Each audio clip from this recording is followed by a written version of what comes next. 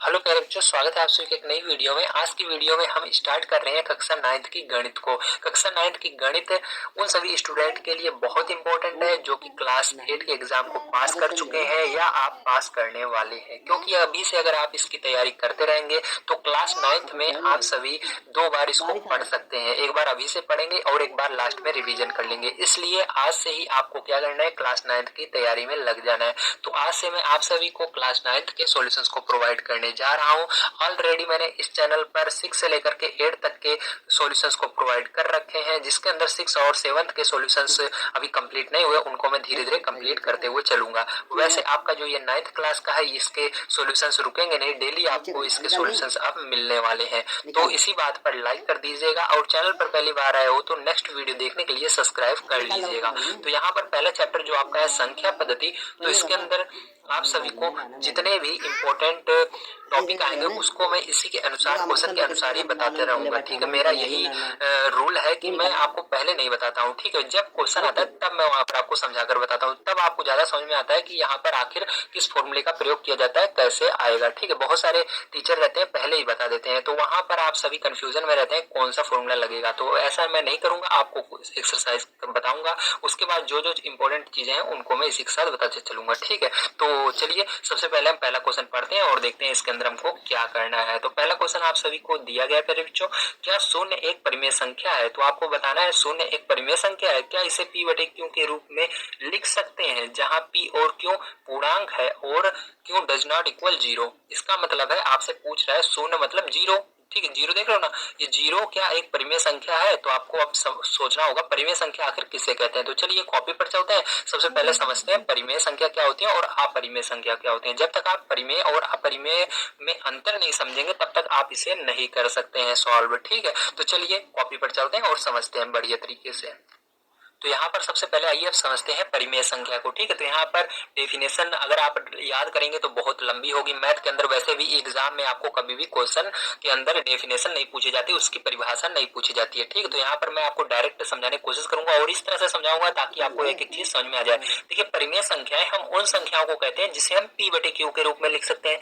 तो p बटे q क्या है, इसको आप दिमाग पर मल लीजिए। ठीक, बस इतना याद कर लीजिए, p बटे q। ठीक है, इसको मैं इस तरह से समझाऊंगा ताकि आपको आ जाए। तो p बटे q के रूप में लिख सकते हैं, जहां पर क्या, जहां पर ये नीचे जो है ये 0 नहीं होना चाहिए। नीचे क्या है, क्यों है, तो क्यों कभी भी डज नॉट यानी इक्वल यानी बराबर होगा 0 के, और इसके ऊपर लाइन कर देंगे मतलब ये बराबर नहीं होगा 0 के। ठीक है, तो क्यों डज नॉट इक्वल 0 मतलब ये क्यों जो है नीचे वाला कभी भी 0 नहीं होना चाहिए। तो यहाँ पर देखिए एग्जाम्पल की मदद से आइए समझते हैं। जैसे कि हमको संख्या लेनी है, जैसे देखो p बटे क्यों मतलब ये बटे में संख्याएं होनी चाहिए। ठीक है, आपको समझ में आ गया, p बटे क्यों का मतलब क्या है, बटे में संख्याएं होनी चाहिए। जैसे 1/2 ये बटे में है और नीचे देखो हमारा 0 नहीं आ रहा है, ऊपर कुछ भी रहे नीचे भी कुछ भी रहे, बस 0 नहीं रहना चाहिए नीचे, बस। ठीक है, अब देखो दूसरा नंबर जैसे 3/4, तो इसके नीचे 0 नहीं है। इसी तरह से 2, इसके नीचे 0 नहीं है, तो ये भी परिमेय संख्या है, बस नीचे 0 नहीं दिखना चाहिए। ठीक है, नीचे 0 रहेगा तो वो परिमेय संख्या नहीं होगी।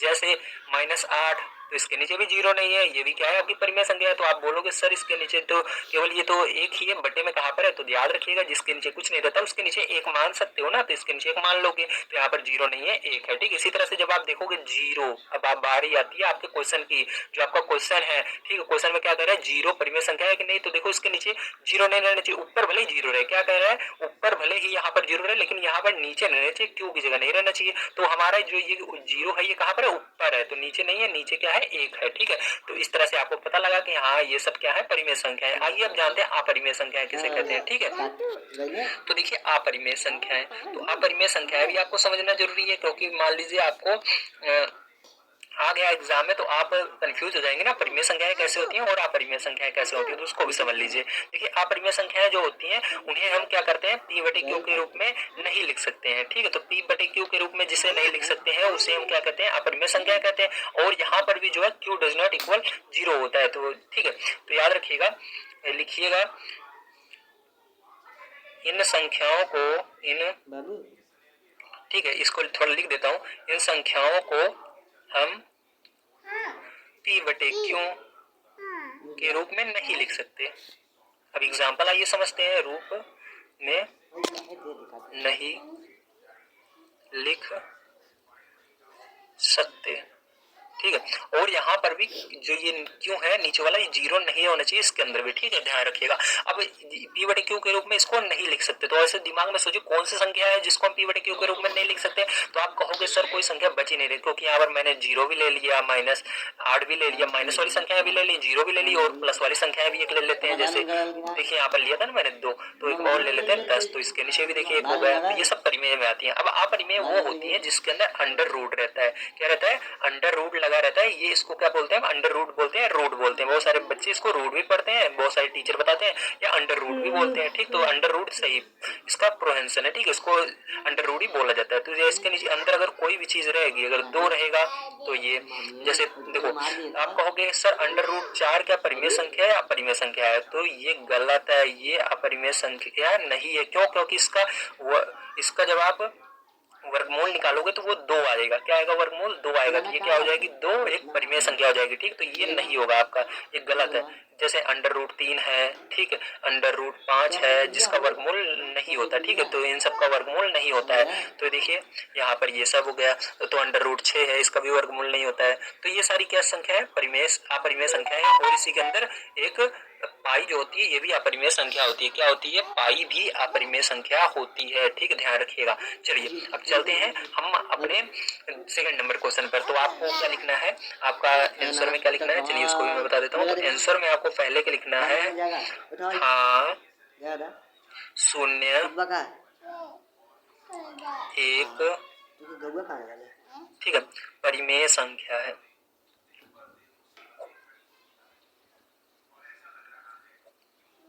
ठीक है। क्योंकि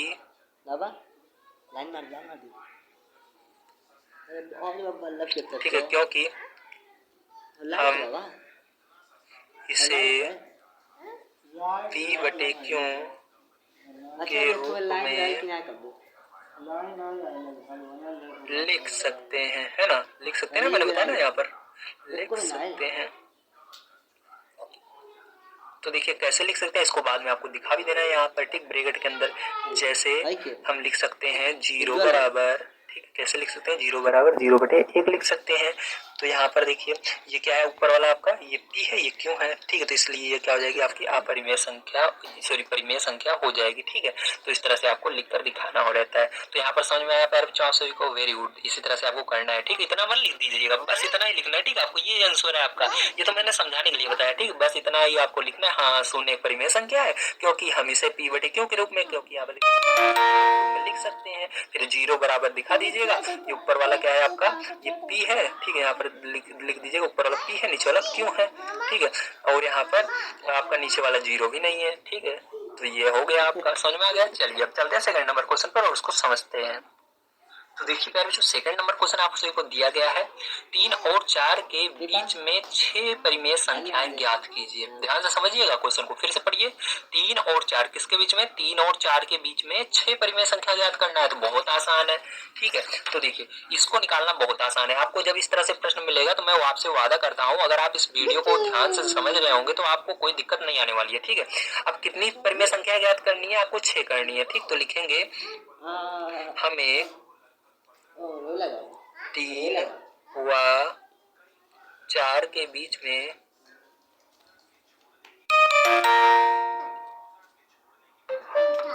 ओके क्लास, एनी क्वेश्चंस?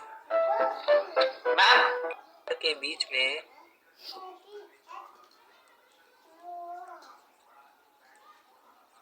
6 परिमेय संख्याएं ज्ञात करनी है, ठीक है। कितनी परिमेय संख्या है?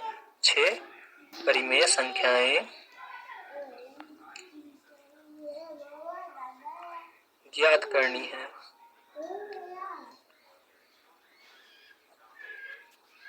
ठीक है। ये आपको ज्ञात करना है। अब बहुत सारे बच्चे देखिए जिसको ये सवाल नहीं आती है ना, अब आप भी सोच रहे होंगे 3 और 4 के बीच में 6 कैसे आएगा? गिनती के अंदर 3 के बाद 4 आता है, 4 के बाद 5 आता है। अब सोच रहे होंगे ना आप ये कि 1 के बाद 2 आता है, उसी तरह 3 के बाद 4 आता है, बीच में कहां से संख्याएं आ जाएंगी? लेकिन आती है, ठीक है। अब ध्यान से समझिएगा कैसे निकाला जाएगा। अब आगे लिखिएगा इसलिए, क्या लिखिएगा? इसलिए, ठीक है। आपको क्या करना है, कितनी परिमेय संख्या निकालनी है, जितनी कह रहा है वहां पर जाइए, 3 और 4 में मत जाइए, 6 परिमेय संख्या निकालनी है, कितनी 6। तो आपको क्या करना है, 6 लिखना और उसके अंदर 1 जोड़ देना। क्या करोगे, 6 लिखोगे और 1 जोड़ दोगे। अगर आपको यहाँ पर 7 बोलता तो 7 लिखते, 1 जोड़ना, हमेशा 1 ही जोड़ना है, ठीक है। जितनी संख्या गए उसको लिखिएगा, उसके अंदर 1 जोड़ दीजिएगा। अगर 10 संख्या गए तो 10 परिमेय संख्या गए 10 लिखिएगा, फिर 1 जोड़िएगा। 11 गए तो 11 लिखिएगा, 1 जोड़िएगा। तो हमको क्या कह रहा है, 6 कह रहा है, तो 6 में हमने 1 जोड़ा। अब 6 में 1 जोड़ा तो कितना निकला हमारा, जोड़ने पर 7 निकला। क्या निकला, 7 निकला, ठीक है। अब क्या करोगे, तो लिखना अब इस 3 और 4 को लिखना, ठीक है। 3 के अंदर भी 7 का गुणा कर देना ऊपर और नीचे, मैंने बताया ही 3 के नीचे क्या रहता है, 1 रहता है, तो 1 लिखिएगा और इसके अंदर भी क्या करेंगे, 7 का गुणा बटे में कर देंगे, ठीक है। फिर बीच में वाह है तो वाह लगाइएगा, 4, फिर इसके नीचे भी 1 रहता है, मैंने बताया आपको, फिर इसके अंदर भी इसी 7 से गुणा कर दीजिएगा। समझ गए कि नहीं। पहला नंबर क्या करना है आपको, 3 बटे 1 लिखना है, 3 बटे में 1 लिखना है, फिर इस 7 से गुणा ऊपर नीचे, फिर 4 बटे 1 लिखना है, फिर इसके ऊपर नीचे इसी 7 से जो हमने अभी जोड़ा है आया है उसी को गुणा करना है। तब जब गुणा करोगे तो कितना आएगा, देखिए 7 त्रिक 21 और 7 एकम 7 हुआ, 4 सचोक 28 बटे में 7 एकम 7। अब देखिए इसके बीच में परिमेय संख्या है तो लिखेंगे परिमेय लिख लो 6, अच्छा ठीक है 6 लिख लो, ज्यादा सही रहेगा। 6 परिमेय संख्याएं बराबर, ठीक है। तो 6 परिमेय संख्याएं बराबर क्या आ जाएंगी, अब इसके बीच में क्या आएगा, इसको नहीं लेना, इसके आगे देखिए क्या आएगा, इसके आगे 22 आएगा, वेरी गुड। 22 बटे में 7 सबके नीचे लगाते चलना है, 22 बटे 7, फिर 23 बटे 7, ऐसे लाइन से चलते चाहिए। 23 के बाद 24 बटे 7, फिर 24 के बाद 25 बटे 7, 25 के बाद 26, 26 बटे 7, 26 के बाद 27 बटे 7। अब देखो 28 लिखा हुआ है तो 28 नहीं लिखना है, जो लिखा रहता है उसको नहीं लिखना है, इसके बीच की लेना है ना। तो अब गिनिए, देखिए कितनी संख्या भाई, 1 2 3 4 5 6, वाह 6 संख्या हमारी निकल आई, ठीक है। तो इस तरह से आपको करना था, तो यही क्या हो जाएगा पैर, जो आपका आंसर भी हो जाएगा। बताइए समझ में आएगा नहीं, वेरी गुड। इसी बात पर लाइक हो जाना चाहिए, ठीक है। तो चलिए अब चलते हैं पैर हम अपने तीसरे नंबर क्वेश्चन पर और उसको सॉल्व कर लेते हैं।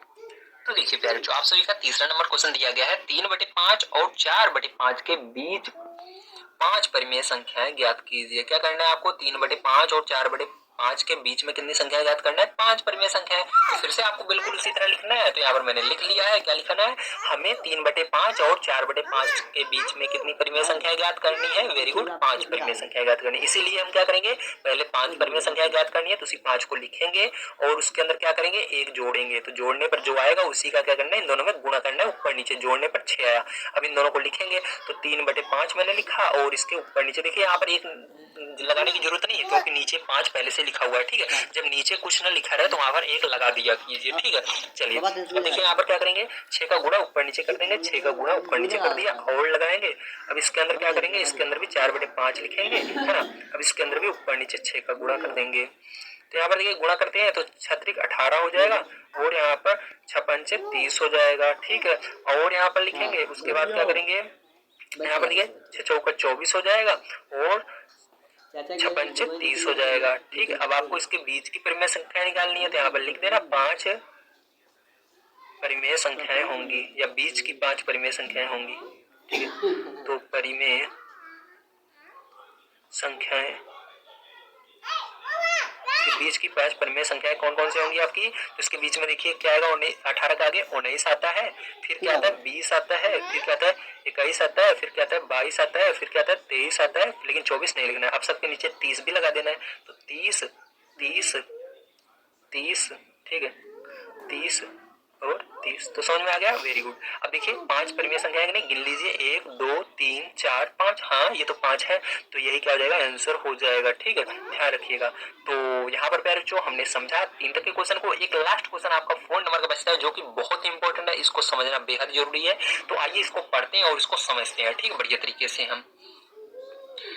तो देखिए प्यारे, जो 4 नंबर क्वेश्चन दिया गया, नीचे दिए गए कथन सत्य है या असत्य, कारण के साथ अपने उत्तर दीजिए। मतलब नीचे जो दिया गया कथन है ये सत्य है या असत्य, इसको आपको कारण के साथ उत्तर देना है। तो पहला वाला क्वेश्चन देखिए क्या दिया गया, प्रत्येक प्राकृतिक संख्या एक पूर्ण संख्या होती है। तो इसका मतलब क्या है, ध्यान से समझिए। मतलब ये जो आगे वाली संख्या है ये क्या सभी की सभी इस पीछे वाली संख्या जो बताई गई उसमें आता है, मतलब प्राकृतिक संख्या पूर्ण संख्या के अंदर आती है। तो सबसे पहले आपको समझना होगा प्राकृतिक संख्या किसे कहते हैं और पूर्ण संख्या किसे कहते हैं। ठीक है, तो चलिए कॉपी पर चलते हैं और इसको प्राकृतिक और पूर्ण संख्या को समझते हैं और देखते हैं पहली वाली क्या दूसरे वाले में आती है। तो पहला नंबर देखिए आपका क्या है, प्राकृतिक संख्या। ठीक है, तो प्राकृतिक संख्या, तो प्राकृतिक संख्या जो होती है फिर जो कहाँ से शुरू होती है, बिल्कुल सही, एक से स्टार्ट होती है। ठीक है, 1 2 3 4 इस तरह से प्राकृतिक संख्या चलती जाती है और कभी भी खत्म नहीं होती। आप बूढ़े हो जाओगे गिनते गिनते, लेकिन ये खत्म नहीं होगी। ठीक है,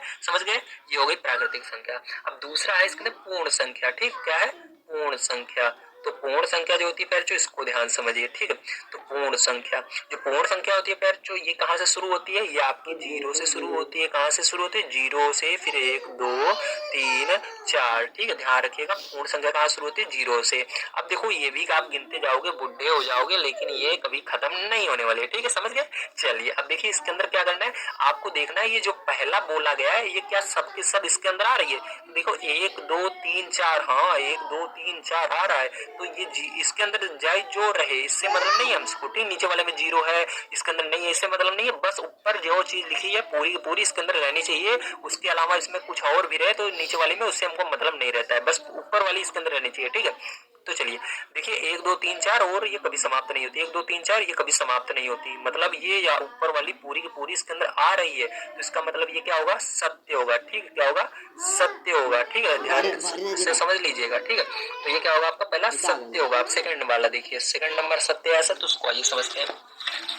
अब देखिए सेकंड नंबर पहले क्या है, प्रत्येक पूर्णांक एक पूर्ण संख्या होती है। तो मतलब आपको पूर्णांक देखना है, क्या पूर्णांक जो है ये दूसरे वाले पूर्ण संख्या में आता है, तो आपको पूर्ण संख्या तो पता लग गया, लेकिन पूर्णांक नहीं पता। तो चलिए पूर्णांक भी हम जानते हैं क्या होता है। ठीक है, तो यहाँ पर देखिए पूर्णांक,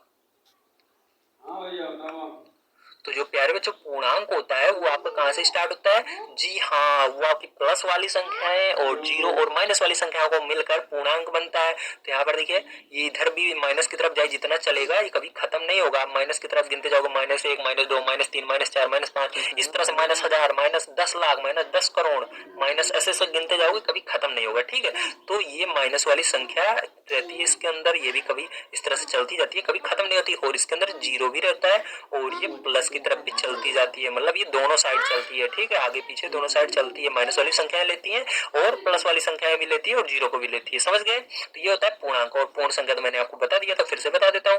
पूर्ण संख्या, तो पूर्ण संख्या देखो हमारी होती है ये 0, ठीक है, 0 1 2 3 4 इस तरह से 5 ऐसे चलती जाती है गिनती, तो आपको आता है ये कभी खत्म नहीं होती। तो अब देखो क्या ऊपर वाली सभी की सभी जो दिख रही हैं आपको इसके अंदर आ रही है, नहीं आ रही है, क्योंकि इसके अंदर 0 तक ही तो यहाँ से लेकर इसके अंदर आ रही थी, ये सब तो है नहीं। अगर इसके अंदर एक अक्षर भी गायब रहेगा, ध्यान समझिएगा, अगर एक अक्षर भी गायब रहता है इसके ऊपर वाली में से, इसके अंदर नहीं है तो वो गलत हो जाता है। तो इसके अंदर तो पूरा का पूरा इस तरफ का सपाचट है -1 से लेकर के ना, तो ये क्या हो गया, असत्य हो गया। समझ गए क्यों असत्य हुआ, वेरी गुड।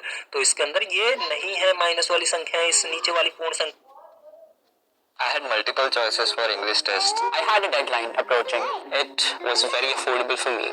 है माइनस वाली संख्या इस नीचे वाली पूर्ण संख्या में, इसलिए ये असत्य हुआ। ठीक है, चलिए अब देखते हैं तीसरा नंबर। ठीक है, तीसरा नंबर क्वेश्चन कैसे किया जाएगा, तो तीसरा नंबर क्वेश्चन ध्यान से समझ लीजिएगा। इसका ना कह रहा है प्रत्येक परिमेय संख्या एक पूर्ण संख्या होती है। तो अब आपको परिमेय संख्या को देखना है, क्या ये पूर्ण संख्या में आती है। तो चलिए समझते हैं। तो परिमेय संख्या, तो देखिए अभी मैंने आपको पहले ही बता दिया था परिमेय संख्या, लेकिन फिर से यहाँ पर हम समझेंगे। ठीक है, तो परिमेय संख्या, ठीक है, परिमेय संख्या क्या होती है, जिसे हम P/Q के रूप में लिखते हैं। और यहाँ पर क्यों कभी भी 0 नहीं होना चाहिए, मैंने बताया था ना। तो इसके अंदर कौन कौन संख्याएं आएंगी, तो इसके अंदर आपकी संख्याएं आएंगी, ठीक है, 1 आ जाएगा, 2 आ जाएगा, 0 भी आएगा, माइनस वाली भी संख्याएं आएंगी, -1 -100 ये सभी, और इस तरह से भी संख्याएं आएंगी 5/3 4/9, ठीक इस तरह से भी आएंगी। और इसके अंदर -5/7 इस तरह से भी संख्याएं आएंगी। तो अब देखो ये हुआ। अब इसके आगे दिया गया पूर्ण संख्या, प्रत्येक परिमेय संख्या पूर्ण संख्या होती है। तो पूर्ण संख्या देखिए, तो पूर्ण संख्या, ठीक है, तो पूर्ण संख्या आप समझते हैं, तो फिर से पूर्ण संख्या आ गई। तो पूर्ण संख्या देखो यही वाली है, तो इसको लिख लेते हैं 0 1 2 3 4 5। तो बताइए, वेरी गुड, आप समझ चुके होंगे ये आपका क्या है, असत्य है। ठीक, क्यों, क्योंकि इसके अंदर देखो यहाँ पर ये माइनस वाली संख्या इसके अंदर नहीं है, ना इस तरफ बटे वाली संख्या नीचे वाले में है, तो ये डायरेक्ट ये असत्य हो गया। ठीक, तो यहाँ पर ये बटे वाली संख्या इसके अंदर आ नहीं सकती क्योंकि इसके अंदर नहीं है बटे वाली संख्या। तो ये 5/3 कहीं पर इसके अंदर आएगा, नहीं आएगा। ठीक, क्योंकि इसके अंदर गिनतियां ही आएंगी बस 0 1 2 3 इस तरह से। तो ये क्या हो जाएगा, पैरचू आपका असत्य हो जाएगा। ठीक है, तो इस तरह से पैरचू आपको इस तरह से एग्जाम में करना है। आपको कोई सभी इस तरह क्वेश्चन मिले, बस आपको पहले वाले देखना है, पहले वाले क्या सभी इसके अंदर नीचे वाले में आ रहे हैं। हाँ, अगर आ रहे हैं, जैसे इसमें देखिए 1 से लेकर 4 के आगे सभी इसके अंदर नीचे वाले में आ रहे थे। ठीक है, दिख रहा है ना, 1 से लेकर आगे सब आ रहे हैं, तो ये सत्य होता है। अगर ऊपर वाले में कोई भी चीज है जो नीचे वाले में नहीं आ रही है तो वो असत्य होगा डायरेक्ट। ठीक है, तो पैरचू यहाँ